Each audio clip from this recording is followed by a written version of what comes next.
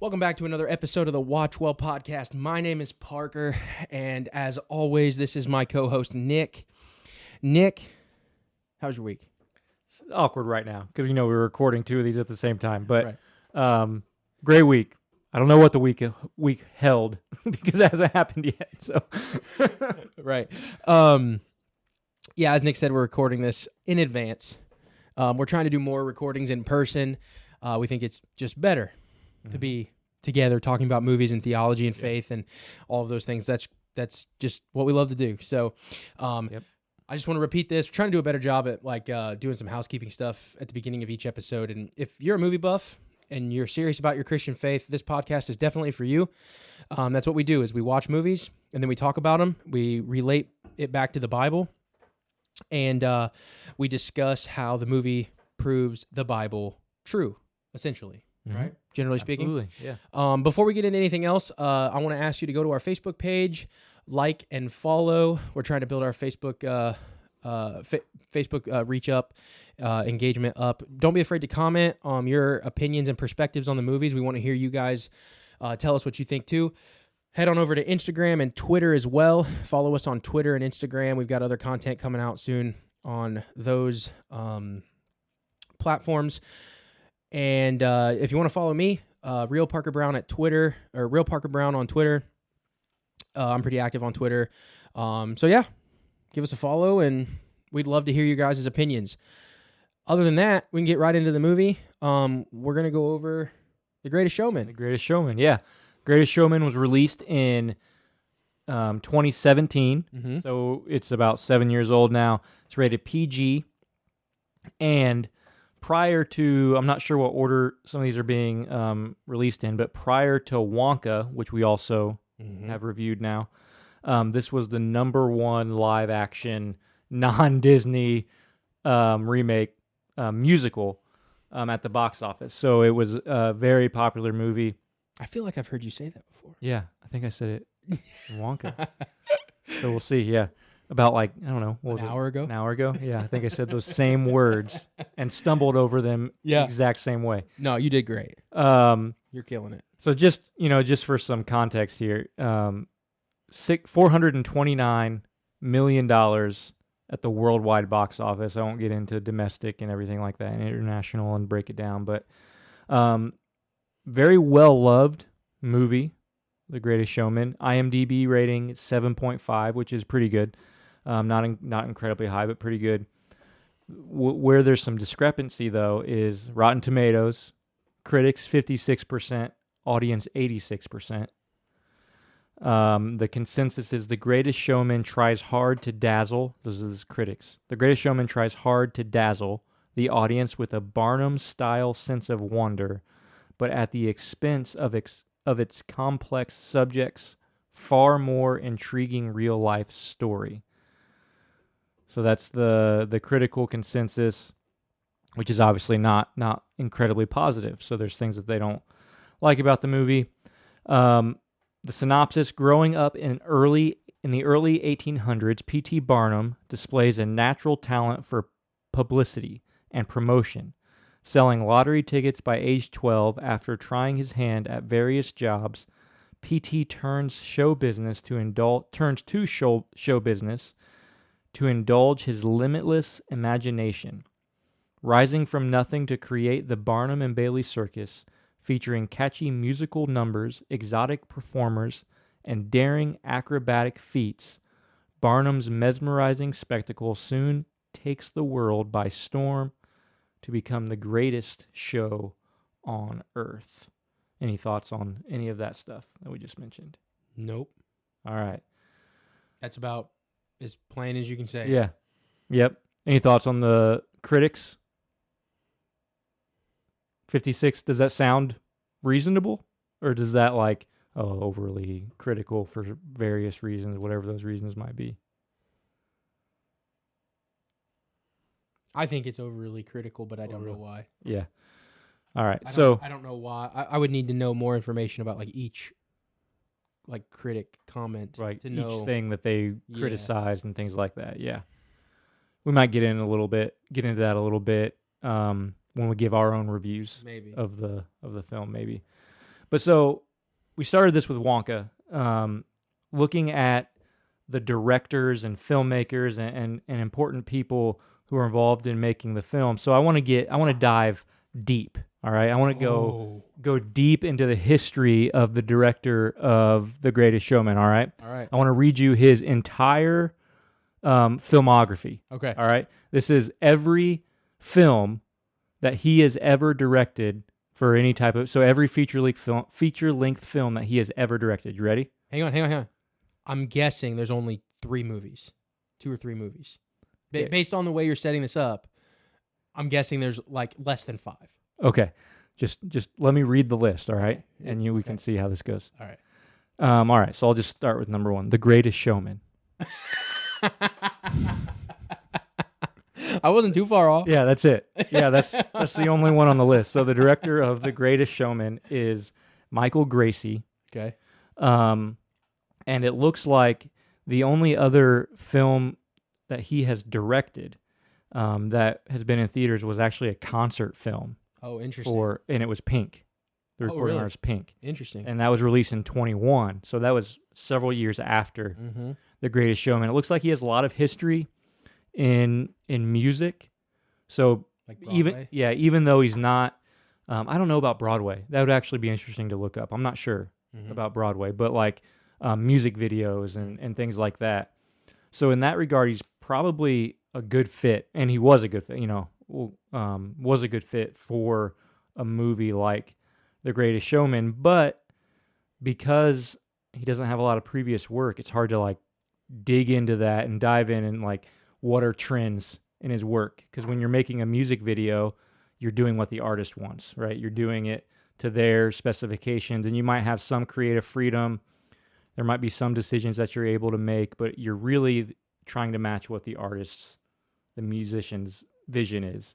Same with a concert film. I'm sure there's a lot of creativity that goes into making a concert film and shooting it, and like what shots you want and all kinds of things like that.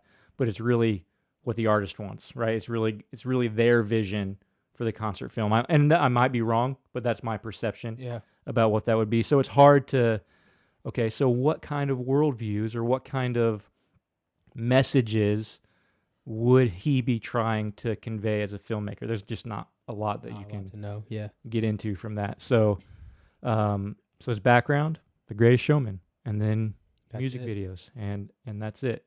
So that being said, what's your review of The Greatest Showman? I think there was a lot of I don't know. I really enjoy it. I like it a lot. I love the music. I do have to say that I think that there's some hinting at, based off the nature of the story, I think they used it as a way to implement like inclusion in some subtle ways, but I overlooked it, and I still really like the movie. Mm-hmm. Yeah. Just some initial ideas. What's your favorite song? Probably the bar one. Put the offer out. Yeah, it's the negotiation, right? What's it? Yeah, it's The Other Side. The Other Side, yeah. Yeah. Yeah, that's probably one of my favorite songs too. But A Million Dreams. Yeah, I do like that one. My daughter loves that one. She sings it. She loves all the music in this movie. So I actually, it took me 7 years after this came out to watch it. Really? And I had no intent of ever watching it, not because it just didn't really interest me. Like I had heard good things. People have told me how great of a movie it was, how much fun it was, and how good the music was, but it didn't really pique my interest. So I had no intention to ever watch it until I think it was you suggested doing it on the podcast. So then I bought the 4K Blu-ray, had the best sound possible, put it in and on our TV at home and watched it for the first time, and I loved it. I thought it was great. Like the way the first song of the entire from that moment on, that bass starts hitting like boom. Yeah, it's like it's the best introduction to a movie. Yeah, like it's so good. Yeah, and I think I told Katie that, my wife, that as far as music goes, this is by far the best music I've ever seen or heard in any movie. Yeah. Like, all musicals. I don't think there's a single, like, I've listened to this. I went on a work trip that was like a 3-hour drive about a month ago, and I listened to the songs from The Greatest Showman because they're just good songs. They are. And I started scouring YouTube, not on purpose, but my algorithm kind of changed when I was listening to some of that stuff. So that all these covers popped up of artists doing like a heavy metal version of The Greatest Show, and like I'm listening to all of those, and that's kind of how you know you have a good song, that you can fit it into multiple genres and it's still a great song. Like, I just think that the music is absolutely fantastic. Like, I don't know if they could have made it any better. I don't think they could have. I don't think they missed on like, anything. That's as good as it gets. Yeah. Because I'm sitting here and I'm regretting my answer to my favorite song as I'm thinking about the movie. I said The Other Side, and then I just brought up the very first one, The Greatest Show. Yeah. And then I really like the song between Zac Efron and Zendaya. Rewrite the Stars. Rewrite the Stars. Yeah, I love that song. And then even the way, like, from a filming standpoint, the way they shoot that. Yeah, it's so good. It's incredible. Yeah. So. Yeah. I don't think they could have improved any of the songs, the songwriting. I don't know who wrote them. I don't know who was hired or what songwriters they had, but they were incredible. They did an absolutely fantastic job. Have you seen, since you took so long to watch it, I don't know, maybe you've seen it regardless because you're into like movie facts and stuff, but have you seen when it was about to be released or just after it was released, the video on YouTube of Hugh Jackman? And I'm probably going to butcher this story a little bit because it's been years since I've seen it. So if you're watching and you know the story, you can comment below and correct me if I'm wrong here. But I believe they flew some of the writers out, and they were going to show some of the songs. And I think something happened to Hugh Jackman's nose.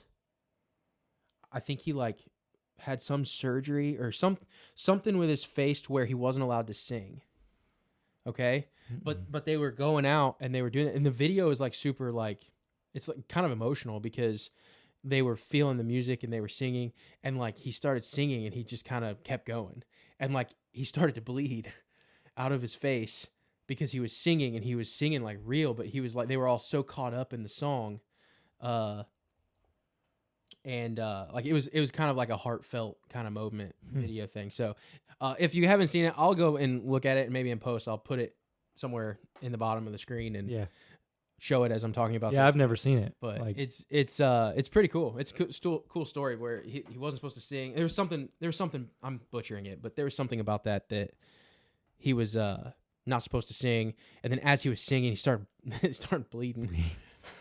Sounds like that could be the plot for like, if not a movie, for at least an episode of a sitcom. Yeah, I always thought Wolverine would like self-heal. Right, yeah. Not bleed while he's singing, but maybe, you know what's maybe that only works when he's in an X-Men movie or. Yeah, since you brought up Wolverine, I think this movie it's probably much closer to Hugh Jackman's actual personality than Wolverine. Absolutely. Like, he's not the obviously I don't know him. We're not tight. I don't know Hugh Jackman, but I was texting him last night. Yeah. I would. I wouldn't have a problem, but I don't even know what I was going to say. Oh, yeah, he's not like the burly guy. Like the burly, he's not hanging out with Jason Statham in The Rock. Right. Yeah, he doesn't seem like that kind. No. Well, he might be. I don't know, but I'm just saying he just doesn't fit that category, like that image in real life, even though. Who's the guy that does all the Kingsman movies? The British guy. The Kingsman. I haven't seen him, so I don't know. Colin Farrell. Is that his name? Colin Farrell? Colin Farrell is who played the Penguin in the Batman? No, not Colin Farrell. I think I'm close. I'm going to look it up real quick. Okay. The Kingsman. I think he also played in The King's Speech. Colin Firth? Yeah. He's in The Kingsman? Isn't that the same guy, or is that a different guy? I don't know. I have no idea. Let's see what you bring up. Yeah, Colin Firth was the main guy in the King's Speech. Kingsman Secret? Yeah, Kingsman. Okay, so yeah, he's in it. Harry Hart. Yep. Yeah. So what category was he fitting in your head? Like Hugh Jackman would hang out with him more so than like Dwayne Johnson did. Right, yeah, he doesn't, his real life image isn't he seems more proper. Superhero. Yeah, he's not like he's a theater guy. He is a theater guy, Yeah. and he's like amazing. Yeah, and he's great in this movie. Yeah, Yeah, he's really good. Like this movie was like for him. Like if there was a role to write for a like Broadway performing actor, it was this. Yeah, and Hugh Jackman. Was he in Les Mis? I didn't see it, so I don't know. I don't know. I think I remember seeing his picture I haven't seen related to that. So here's another thing you can search on IMDb. Yep, Les Mis. Yeah, he was. Okay. I've never seen Les Mis. Okay. Yeah. He's been in like 7 Wolverine movies. Yeah. He's been in a lot of different stuff. Yeah. But anyway, He was in Free Guy?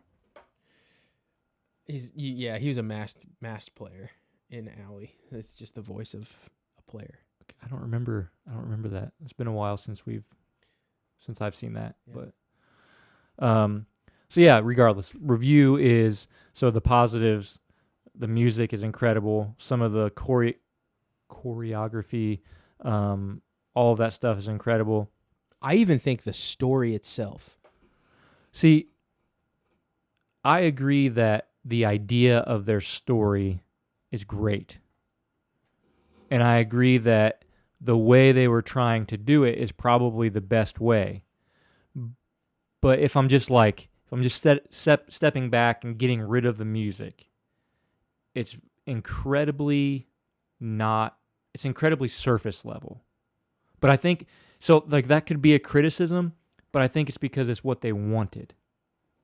Well, I think it's because they only have so much time on screen to span that long of a time. Right. Long of a time. You know, I did a review with Jason Cork, one of my buddies, in released today. No. Yeah. No. It was released. I guess it is. It was yesterday. It was 2 weeks ago. 2 weeks ago. Last week. Somewhere around there. It was released. It was released last week because I think there were 3 weeks this past month. But anyway, we did Mr. Holland's Opus, and that was like a long movie, and it was his whole life. Mm-hmm. It was over the guy's whole life. So this movie, I think, may to your point, have stayed a little bit more superficial because it was over a very long period of his life. Yeah. And there's only so much you can do when you're on screen. Yeah.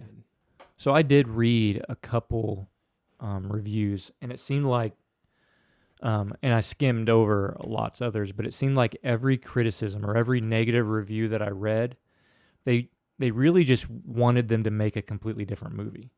Like they weren't criticizing this film and what they were trying to do with making this film. They were criticizing the fact that it wasn't an actual biography about P.T. Barnum, that it wasn't a historically accurate thing, where in these critics' mind or these writers' minds, it would have been a much better movie, a much better film, had they actually adapted P.T. Barnum's life to a film, rather than making it this fun, lighthearted thing where he's just this great guy. Because I guess that's why nobody likes critics. The real life story is one where he's like, there's just a lot more gray in him, like a lot more flaws. I guess I haven't researched it, but that's what they were saying. Is that movie would not have done what this movie did at the box office if they did that. Right. Yeah. And that's not the type of movie that they set out to make to begin with. Right. Critics just want something different than the audience does. Yeah. And so I would compare it to you could compare I'm saying a lot. It's coming out a lot because I don't know what I'm saying, but compare I think if you go back to 2007, 2 movies that came out, you had 2 action movies that came out that were insanely popular. You had the first Transformers, and then you had the Bourne Ultimatum. Yeah. The first Transformers, you could make criticism just looking at it as its own self-contained thing.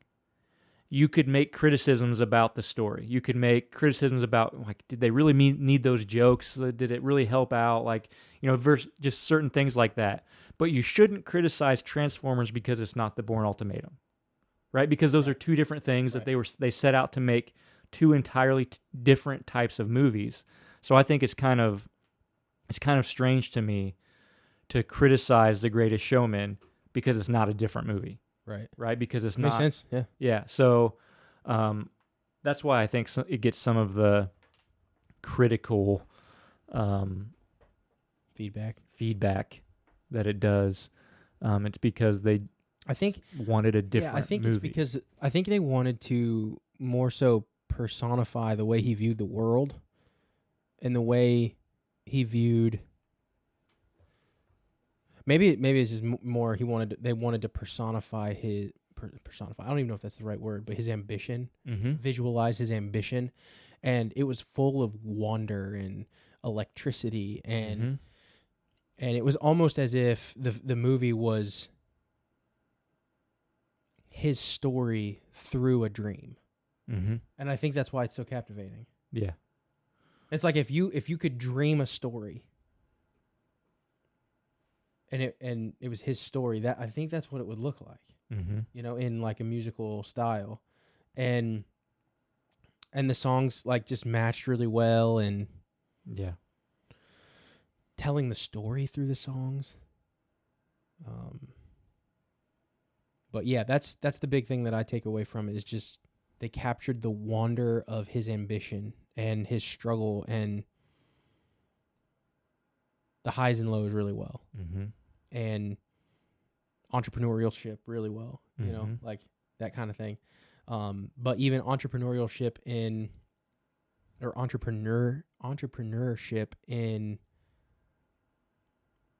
a undesired category, because they were always looked down upon, even though he was as rich as everybody else. It's like, we don't pick up peanut shells, peanuts, the little girls. And then it's like, he's an entrepreneur and he's doing all this great stuff and he's still not accepted because it's not in another business category. It's the circus, right? Yeah, it's the circus. Just another place. Like taking it, you might be successful. Those critics would fit in with the critic in the movie, though. Yeah, they would. They would. Yeah. But what's good is like he had a good relationship with that guy, and he ended up that way. Yeah, and that's why it's good that he he's had a knack for publicity because he took what a lot of that critic said and turned it into a positive. Yeah. So I don't know if you know this, but Zac Efron's character Carlisle is completely fictional. Oh, really? Yeah, it's not even. There's not anybody because of the way the movie is. I assume most of it is fictional. Yeah, and but it's still great, and I love it. So it's probably it's the Barnum Bailey circus, right? But there's nobody in the film named Bailey, right? Okay. So the idea is probably that Carlisle is based on Bailey. Gotcha. Gotcha. So yeah, it's obviously not. When you do that, when you change characters' names and you add certain elements like that. They're not trying to make. They didn't set out to make a historically accurate account. Right, it's historical of someone's fiction. life. Yeah, it's historical fiction, but even more so, they're setting out to give the audience a message through this piece of historical fiction, using this real life person as kind of the catalyst for that message. Right, because. If they just wanted to tell a story about an entrepreneur, they could have made it complete fiction, right?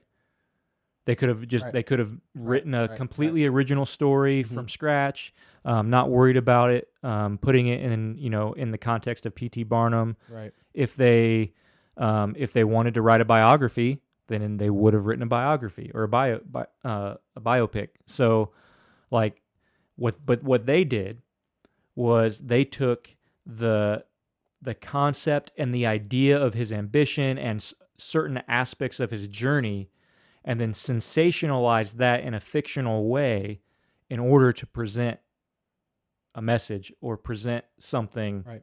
to the audience. So, before I get into anything else, I do want to say that I think Zac Efron is the MVP of this movie. Yeah. Yeah. You think? And I will even, so I said this to Katie, and it might be a little embarrassing, but I don't think so.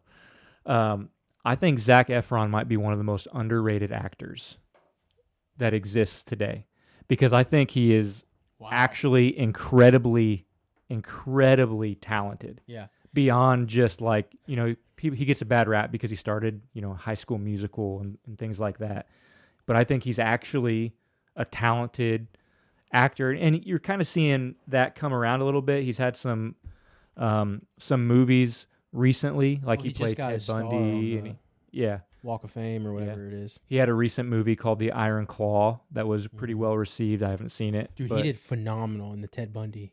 I bet he did. Oh my gosh, he was so good. Yeah. So I mean, he's starting to come around a little bit. That movie is called Extremely Wicked, Shockingly Evil, and Vile. Yeah. So good. Yeah. I think I've watched it twice because I watched it and I was like, that was so good, and I immediately watched it again. I want to watch it. It's so good. We should review it. I think it's on. Isn't it on Netflix? I think it was at one point. I think it was a Netflix original though. Hulu maybe. I think it's a Netflix original. Maybe it is. So it's so good. Yeah, we should do that. Such a phenomenal job. Yeah, but anyway, Zac Efron, I think, is a great actor. I think he's up there with I don't know if some of the best. I would agree that he's probably underrated because of his High School Musical stuff, because he's not often thought of. Mm-hmm. But he is very versatile. Mm-hmm. I think that. I guess I would say, so when you think of the X Factor, so I have this conversation with my brother and my dad all the time, and we talk about. I'm just gonna sit back and listen then. No, I have it. So it'd be good to hear your opinion, but when you think of the best actor ever, right? Mm-hmm. Or maybe not the best actor. Let me frame. I'm gonna make sure I do this justice to frame it. But when you talk about the best, I forget how we frame it, but it's the best. X Factor, he can do it all person, right? Sing, dance, act, perform, all of these things, who can do it all, right? Who come to mind? Because I tend to agree when you're talking about the whole gamut of music talent, acting, dancing, those types of things. If you're talking about all of those as skills, who are you putting in maybe a top 5 or maybe a top 3? Wow, I don't know. You want me to help you out a little bit just to give you something to shoot at? So Jamie Foxx is often listed number 1 because he can do it all. Yeah, but I would say as an actor, he hasn't really I mean, he can obviously sing. He's been a recording artist, but he hasn't starred in musicals as an actor. Well, Ray, he did really well at Ray. Right, but that was him. Well, I mean, not so, it's not a stereotypical musical, but right. I don't. It would be interesting to see Broadway because I don't have anything off the top of my head musical wise, but. He can sing, man. Yeah. He's so good. Has he done anything? We can look it up. Yeah. I would say John Travolta has to be up there in his early days. And I would say Zac Efron. Yeah. You know what I'm saying? When you think about that, you're not putting most actors in that class of performing ability. Yeah, there's not a lot. I mean, there are some. You can't even put Tom Hanks in that list. No, because he doesn't do musicals. He doesn't. Right. To my knowledge, he doesn't sing. But maybe Hugh Jackman would be. Maybe, but he's not quite as versatile. Other than switching between Wolverine and musicals, I don't think he's quite as. He doesn't have quite the range as just an actor. Yeah. I'm just it's really Yeah. hard category to put everything because It like is. you'd see like singers and performers come from that world over to acting. So like Tim McGraw and Faith Hill. Yeah. Like if you watch 1883. 1883, they're Yeah. Tim McGraw is really good. very good. Yeah. So, Yeah. but I still don't know if he's like that good because he was in like Friday Night Lights and he was in some other movies. Tim McGraw was, he's the drunk, angry dad, and he did phenomenal in that movie too. But I don't know if he's a Jamie Foxx or a John Travolta. Yeah. John Travolta from, was it Saturday Night Fever? Yeah. And Grease. And Grease to The Taking of Pelham 123. Right. Like, that's such a wide range. Yeah. You And know? Hairspray. Hairspray, Yeah. Yeah, I think it would have to be the names that you mentioned. What about for females? Is there anyone that would fit that? Maybe Emily Blunt. She was in Into the Woods, and she's a good singer. Maybe. Not a lot of dancing and things like that. If you're talking about like the whole thing, package. yeah. I can't think of anything. Maybe, based on The Greatest Showman, maybe Zendaya. Maybe. Because she's incredible in The Greatest Showman as well. Yeah, I can't think of anything. Like, maybe, probably not, but, like, the only thought that comes to mind is Amanda Seyfried because she was in Mamma Mia, and then she was in Ted 1 and 2. Never seen either one of those. And then some of the, early horror or some of the other stuff that she did. I don't know. It's a very hard category to pick people because it's so upper echelon. It seems, Yeah. And I know that's a little off topic, but we're talking about Zac Efron and Yeah. how versatile and how good he is, underrated. Yeah. I think he would have to be up there. Yeah, he can do everything. And he's so good at singing and dancing and those roles. And he's so good, like as Ted Bundy. Like he did just so good in 16 Again too. Yeah, and he was young. Like, well, yeah, but he played oh man, I always forget his name. Matthew Perry. Yeah, Matthew Perry. Matthew Perry's Chandler. younger self. Yeah. So he's just done. He's just good. Yeah, he's good. So we're in agreement here. I think Zac Efron, one of the most underrated actors. Yeah. Around today. Yep. Yeah. You didn't. It didn't take much to push me over there, but I don't know if that's a hot take. I certainly haven't heard people say it because I'm used to hearing people talk about High School Musical. But as we get older, that will I'm sure that will age. That'll change. Yeah. Age. It'll age into him not being. You know what I mean? As he does more serious roles. The further he gets away from known that, for that. Yeah. I don't know. Have you heard of the younger generations, like younger generations, younger than us generations? Are they watching High School Musical like my generation grew up with? Because you're, I don't want to put you on blast or anything, but you're like older than me. Oh yeah, thanks for that. I don't know if you're in my generation. Yeah, no, we're probably two different generations. Because I'm a millennial.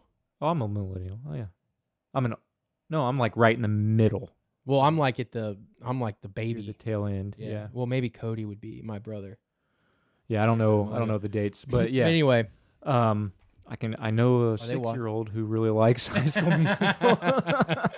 that's shout out Lincoln. Yeah, that's what I got for you. I don't know.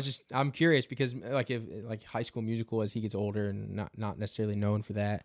Yeah, less and less people will think of that when they think of Zac Efron. He did so good as Bundy. I need to watch it. It's so good, man.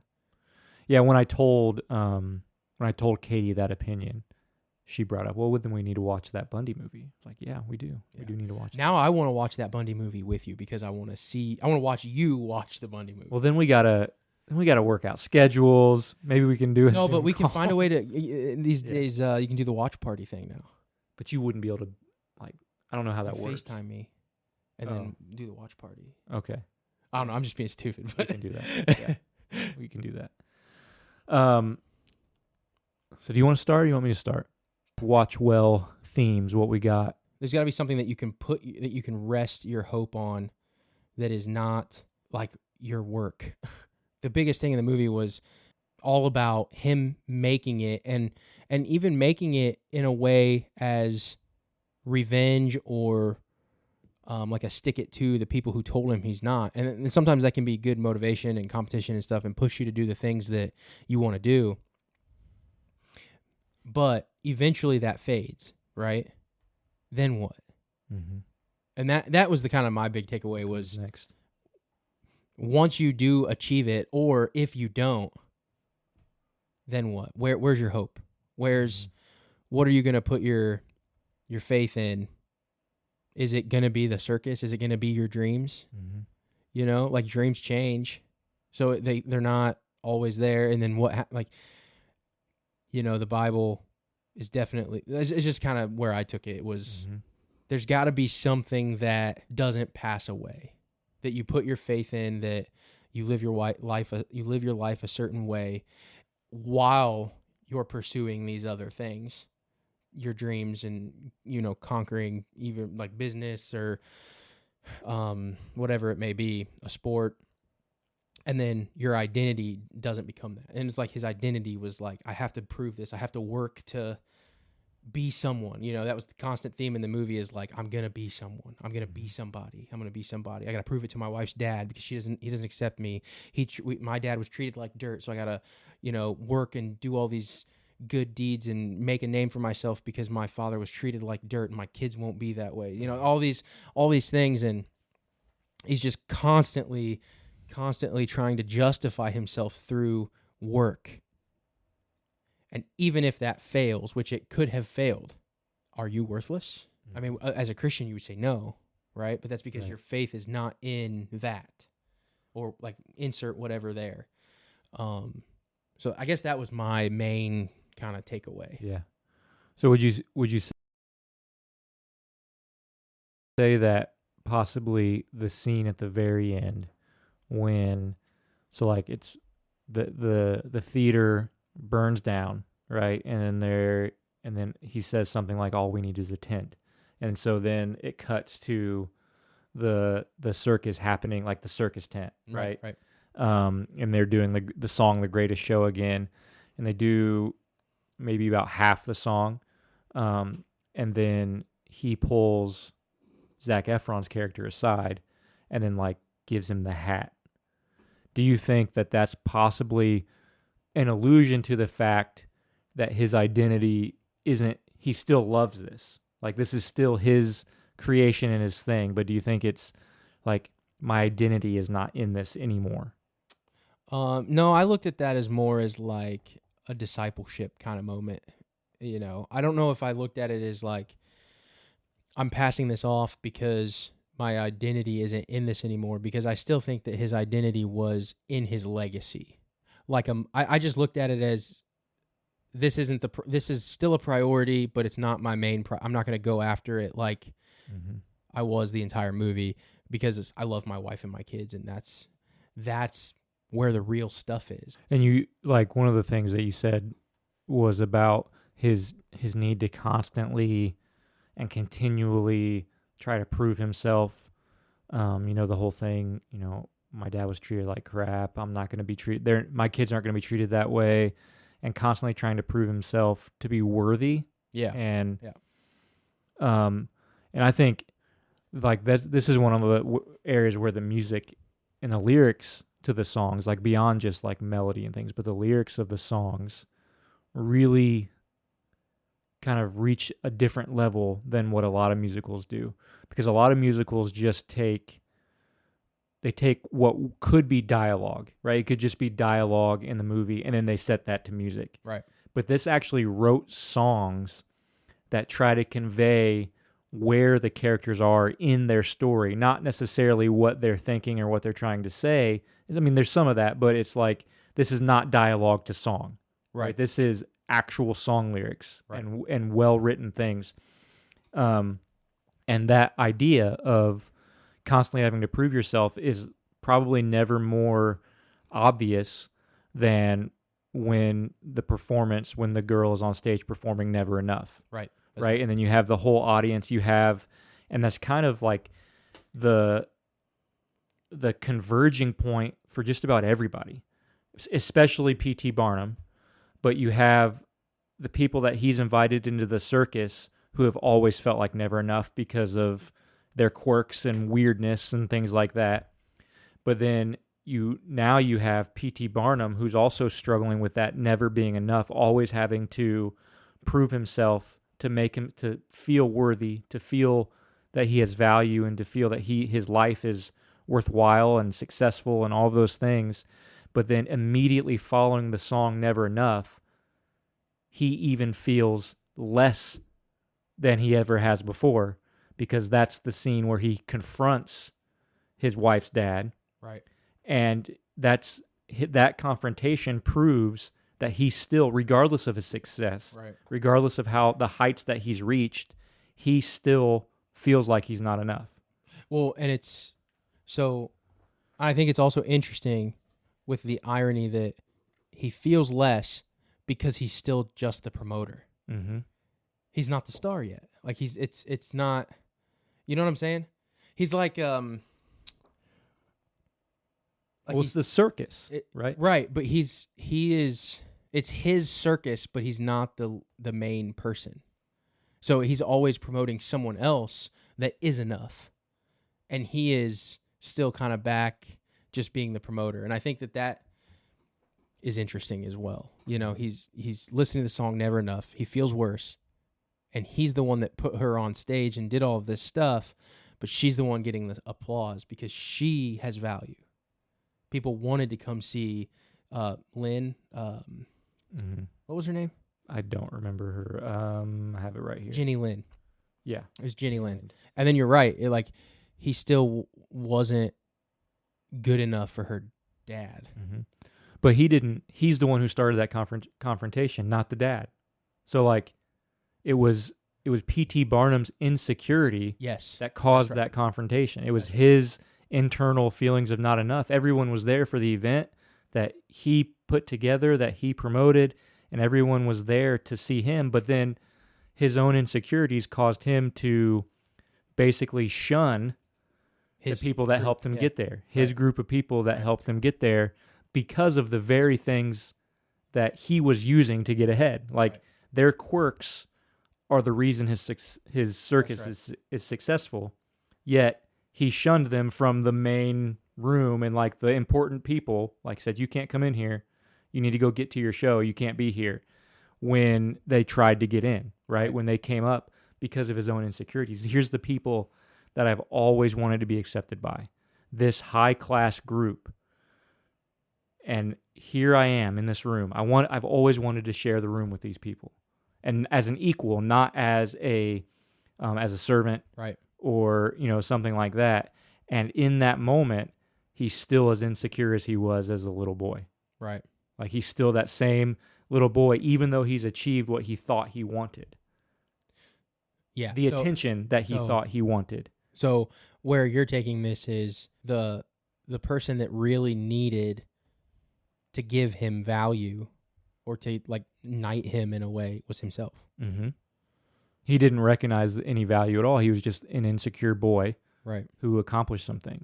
Yeah, an insecure boy that grew up that remained insecure. Yeah, his insecurity didn't go away, and then because of that, he didn't see how, he didn't see that there was somebody, and there were people in his life that have always seen him as enough. His wife, and his daughters, and that was, that moment, that's right, he left them. Right, and that's right, because it was seen in, like, the wife is the star of the show, really. Like, she's the rock, the bedrock of everything, because even when, what was the scene when he lost integrity? He bought something? What did he buy? All the shows or something for Jenny Lynn? Yeah, he took out more loans, right, to fund the tour, and then lost the house and lost all these things. And his wife confronted him and said, "I would have said yes," but it was like the only thing she needed was honesty and to be let in on the journey. All she wanted was a part of it, and she was good. Which is really perfect, because if you look at the bridge to the song A Million Dreams, all the way at the first scene that she's in, she says, however big, however small, Yep. let me be a part of it all. That's right. Yeah. So you have that Share your set dreams at with the very me. beginning. Yeah. Exactly. Right. And so, again, the music is like, it fits and it's incredible, but like you don't need to, like, to your point earlier when you said you were listening to the music in this car, you don't need the movie to tell the story. You can just listen to the soundtrack, and it is the same story. It's the same story as long as you listen to it in order. Yeah. Don't shuffle. Right. Yeah. Listen to it in order. It's the same story. Yeah. And so you have that playing out, and then that was her character's motivation from the beginning. And with that, you could even get into things like she's a wife looking to be a part of an adventure. Not to be the adventure, but to be a part of an adventure. Yeah. Does that sound familiar? Yeah, it sounds like Wild at Heart or something. Like John Elder's book, Wild at Heart. Yeah. Or Captivating. Yeah. Yeah. So like, where I guess one of the things that really hits me is what, with all the criticism. So I mentioned that I did read some of like the negative reviews and things like that. And in addition to the stuff I've already said, a lot of them also like expressed confusion about why is this movie so loved? Like we don't understand it, and they basically just say, "Oh, it's because it's good music and fun dancing." And they say there's that's it. That's all this movie has. It's not a film, it's not a story. But then I came across another article, and this was so there's a book called Save the Cat. All right, so it's a popular screenwriting book, and so it really, if you would know that, yeah, and I own it. I'm not surprised. Yeah, if we ever, I know we're trying to do in person, but if we're on virtual again sometime, you'll see behind me. It's actually one of the books that are on my desk, not on purpose, just where it sits. It's right behind me.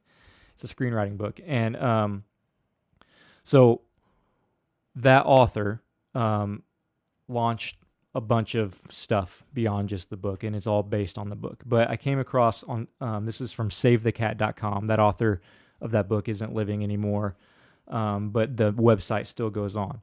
And so I just want to read this quote because I think it says a lot about what people are drawn to in this movie. So this is the quote from the article. It says, Blake Snyder wrote that stories need to have a primal element to resonate with audiences. And this is something The Greatest Showman does in the lyrics of every song, leading audience to see themselves reflected in the story. Of course, the film is not an accurate historical representation of the life of P.T. Barnum, but audiences are willing to look past that and see the dreamer in him and how it connects to their own lives. Each song is infused with a sense of having a purpose in life, of being unique and important, despite the world's claims of the opposite. So the real the real focus there, from in my opinion, is that each song is infused with a sense of having purpose in life, being unique and important, despite the claims that the world makes. So why do we have an innate primal desire or need for those things to be true?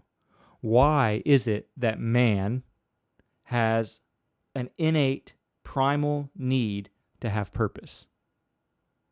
I don't know if I like the way you worded it, but I'm trying to sort it out in my head. Because I think the truth is we do have a purpose. Mm-hmm. It's a matter of realizing that purpose. Right. So just because you don't believe you have a purpose does not mean you don't. Right. You know what I'm saying? So it was a leading question. Okay, so leading it to... So the purpose, we're made in the image of God, and our purpose is to fulfill and fulfill God's will and glorify God, right? Yep. And spread the gospel, Great Commission, all these things. Honor God. Mm-hmm. Love Glorify neighbor, love God. self, yeah. Okay. To glorify God. Right. But so audiences, critics, a lot of critics Right. are They're confused. They're like, why do we confused? And if you were to look at the worldview of the audience who are going to see it, they might not claim Christ, right? No. They might. You probably have atheists. You probably have almost every worldview imaginable is represented in the group of people who love The Greatest Showman and who have contributed to its box office success and bought it at home and love watching it, love the music. And every single one of them is drawn to the presentation that there's a purpose, even though they themselves deny that there is an objective, true purpose. Right. So that's in kind the of world. That's kind of back to what I was saying about just because you deny it does not mean it's less true. So and Romans tells us that it's written on our hearts, and we suppress the truth in our own unrighteousness. It's chapter 1, verse 18 in Romans. And then if you, that's kind of the basics, the fundamentals, right? So when we are drawn to stories that so we can suppress things, right? Yeah. And I heard Mike Winger give an example of that passage in Romans where he gave the image of trying to like hold a balloon down underwater. Yeah, that's good. I've so, heard that before. Yeah. And then every once in a while you're pushing it down and it comes up, right?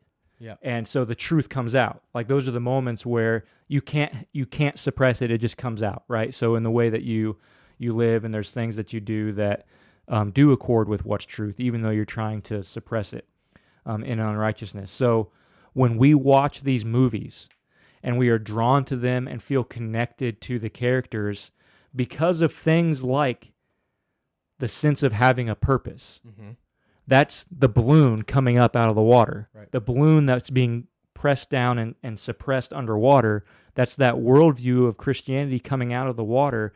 And the fact that so many people are drawn to these types of stories is either completely vain and meaningless, or it's because we are created in the image of God who created us to have purpose, to have meaning, to have value, and all of those things.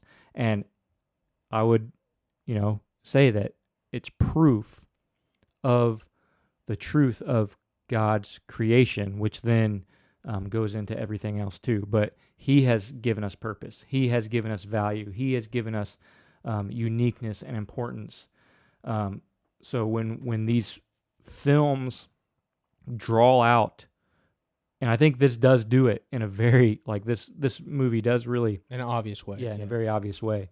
When that is drawn out of us, what we should be asking is, okay, so where can I actually have that? Right? I have this need in my heart. I don't believe in objective purpose, but when I watch this movie, like that need comes up. Like that desire is like imminent, like I feel it. So where can I find it? And the truth is you can find it in Jesus Christ. Right. You can turn to Him. It's the only way. Yeah. Like it's the only place to find it. Yeah. Because like you said, any other place that you, for lack of a better term, place that, it is vanity. It's meaningless because it doesn't last. Yeah. So just to be clear, so it's verse 18. So Romans chapter 1 verse 18, and then it gets into a little bit of 19. It says, "For the wrath of God is revealed from heaven against all ungodliness and unrighteousness of men who by their unrighteousness suppress the truth. For what can be known about God is plain to them, because God has shown it to them. For His invisible attributes, namely His eternal power and divine nature, have been clearly perceived ever since the creation of the world in the things that have been made, so they are without excuse. For although they knew God, they did not honor Him as God or give thanks to Him, but they became futile in their thinking, and their foolish hearts were darkened. Claiming to be wise, they became fools and exchanged the glory of the immortal God for images resembling mortal man and birds and animals and creeping things." So that's Romans chapter 1, verse 18 through 23. So that's kind of what we're referencing here, just so that everybody's aware. Yeah. But yeah, it's kind of what I talked about in one of the previous episodes, where even if you reject Christ and Scripture, you can't help but appeal to things that only the Christian worldview can explain. So like I said before, it was love, justice, mercy, like any of these things where, like even like empathy, something like empathy. You're like people who reject God and put on like a moral relativist, worldview every day. And then they believe in things like evolution, or they believe in things like, whatever. Let's say, take evolution, for example. And it's like, we come from fish, we, just the mainstream belief, we're just matter acting on another piece of matter. And morality is not objective. Then why love? What is, like, if that's the case, then what is justice? Why does it matter that someone steals from one biological, thing versus another? What are these appeals to anything moral if it is truly relative? Like if your truth is truly your truth and mine is mine, and I'm okay with theft, then it would have to be okay, regardless of what you think. So, like, that just doesn't make sense. You have to have one truth that is objective outside of us, which requires a moral arbitrator that is outside of us. This is just what it requires. And when you said proof, all proof is evidence beyond a reasonable doubt, right? Because nothing can be 100% proven outside of the evidence in terms of like video cameras and stuff like that. But like when you do a court case, like when you're going for a court case, the first thing that you look for is evidence of that, and then you use eyewitness testimony and use like stuff at the crime scene and all these things. So when you say prove, all you're looking for is evidence beyond a reasonable doubt that this is true. And I believe, like, obviously we believe overwhelmingly that Scripture is true, God is real, and Jesus is who he says he was. Yeah, absolutely. And every time we watch and emotionally respond on that kind of level, where it's not like because you have two different levels. Like, you can logically think through those things, right? You can, and you should logically think through worldviews and things like that. But when you're watching a movie, that might not be the level that you're responding, and that might not be the evidence that's coming up. Because when you're watching a movie, it's very easy to just let the movie take over. And then but you can say, well, okay, what am I actually experiencing right now? Right. You can, and then that emotion, the naturalness and the ease to which that type of emotion actually comes up and is felt, again, is evidence of the truth and the consistency of what you just talked about. Yeah, like we do at the end of every episode, go ahead, like, subscribe, Facebook, Twitter, Instagram, and subscribe on YouTube if you would. We're trying to get over 500 subscribers by the end of the year. We want to reach more people, more subscribers help us do that. And other than that, I think we'll see you next week.